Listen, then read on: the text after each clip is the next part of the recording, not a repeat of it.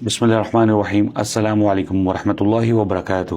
صحیح بخاری کی حدیث 552، رسول اللہ صلی اللہ علیہ وسلم نے فرمایا، جس کی نماز عصر قضا ہو گئی تو گویا اس کا گھر بار اور مال اسباب سب لٹ گیا۔ جی ناظرین، نماز عصر جس کی قضا ہو گئی، دیکھیں اگر تو آپ سوئے رہ گئے، ٹھیک ہے، یا بھول گئے، انسان ہے، اگر آپ بھول گئے ہیں، جب یاد آئے اس وقت نماز پڑھ لیں تو انشاءاللہ قبول ہو جائے گی، باقی اللہ کے ہاتھ میں۔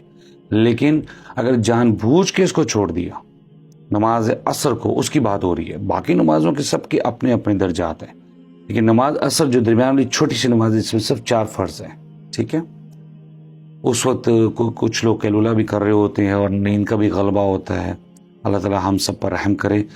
تو اگر وہ بلا وجہ چھوڑ دی کہ میں ابھی پڑھتا ہوں، یہ کر لوں، یہ کام ختم ہو جائے، یہاں میں پہنچ جاؤں، اس کے بعد کرتا ہوں، اور وقت نکل جائے، فوت ہوگی، تو گویا اس کا گھر بار و مال اسباب جو کچھ اس کے پاس سب لٹ گیا، برباد ہو گیا۔